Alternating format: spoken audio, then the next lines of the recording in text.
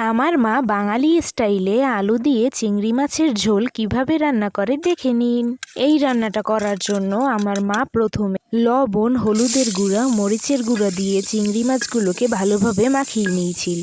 তারপর একটা কড়াইতে তেল দিয়ে নিল। তেল গরম হলে ম্যারিনেট করা চিংড়ি মাছগুলোকে দিয়ে দিয়েছিল।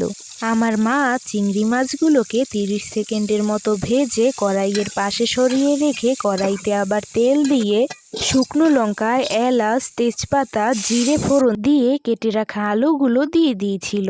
এখন পরিমাণ মতো হলুদের গুঁড়া, মরিচের গুঁড়া, লবণ, কাঁচা লঙ্কা, জিরে বাটা, আদা বাটা, টমেটো পেস্ট দিয়ে সবকিছু ভালোভাবে একসাথে কষিয়ে নিয়েছিল। কষানো হয়ে গেলে পরিমাণ মতন গরম জল দিয়ে দিল।